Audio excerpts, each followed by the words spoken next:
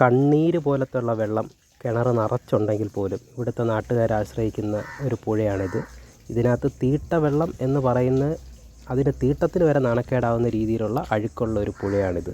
പക്ഷേ ഇവിടെ വന്ന് കുളിക്കുന്ന ആളുകളെ നമ്മൾ കുറ്റം പറയുന്നതൊന്നുമില്ല. കാരണം അത് അവരുടെ പേഴ്സണൽ ചോയ്സാണ്. നമ്മളിവിടെ പറഞ്ഞു വരുന്നതെന്ന് പറഞ്ഞു കഴിഞ്ഞാൽ, കാരണം ഇതിൽ വെള്ളം എടുത്ത് നമ്മൾ ലാബിൽ ടെസ്റ്റ് ചെയ്യാൻ കൊണ്ടുപോയി കഴിഞ്ഞ് കഴിഞ്ഞാൽ ലാബിൽ നിൽക്കുന്നവൻ യുറേക്ക എന്ന് വിളിച്ച് ചാടി ഇറങ്ങി വരും. കാരണം അവൻ പുതിയ എന്തെങ്കിലും ഒരു സാധനം ഇതിനകത്തുനിന്ന് കണ്ടെത്തിയിരിക്കും. പക്ഷെ നമ്മൾ പറഞ്ഞു വരുന്നതെന്ന് അതല്ല. കാരണം ഈ പുഴയിൽ 2 പേരുടെ മരണത്തിനിടയാക്കിയ ഒരു പുഴയാണിത്.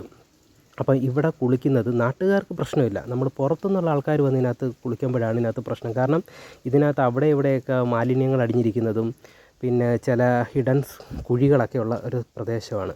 അപ്പോൾ ഇവിടെ വന്ന് പുറത്തുനിന്ന് ആൾക്കാർ വന്ന് കുളിച്ച് കഴിഞ്ഞാൽ നമ്മൾ എന്തായാലും ഉറപ്പായിട്ടും നമ്മൾ ഭിത്തിയിൽ കയറും.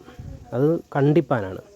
പിന്നെ ഇപ്പോഴത്തെ കാലഘട്ടം അറിയാമല്ലോ, പിള്ളേരെല്ലാം വീട്ടിൽ ചോദിക്കാതെ എക്സ്പ്ലോറിങ് ചെയ്യുന്ന ഒരു കാലഘട്ടമാണ്. അപ്പം പിള്ളേർ അവരെ മാതാപിതാക്കൾ ശ്രദ്ധിച്ചു കഴിഞ്ഞാൽ മക്കളെ കുറച്ച് നാൾ കൂടി കണ്ടുകൊണ്ട് പോകാം. അപ്പോൾ അതുകൊണ്ട് നിങ്ങൾ പരമാവധി കുളിക്കാനായാലും നനയ്ക്കാനായാലും എടുക്കുമ്പം വെള്ളവും കൂടി നല്ലതാണെന്നുള്ള ഉറപ്പ് വരുത്തുക. കണ്ണീര് പോലത്തെ വെള്ളമാണ്, കറുത്തിരിക്കുകയാണ്. മനസ്സിലായാ? അപ്പം അവിടെ നിന്ന് കുളിക്കുന്ന 2 ചെക്കന്മാരെ കണ്ട, ഇവനൊക്കെ വരുന്ന അസുഖം എന്തുവാന്ന് പോലും ഇനി മെഡിക്കൽ സയൻസിന് കണ്ടെത്താൻ പറ്റുമെന്നറിയത്തില്ല. അമ്മാതിരി അസുഖമായിരിക്കും പിള്ളേർക്ക് വരുന്നത്.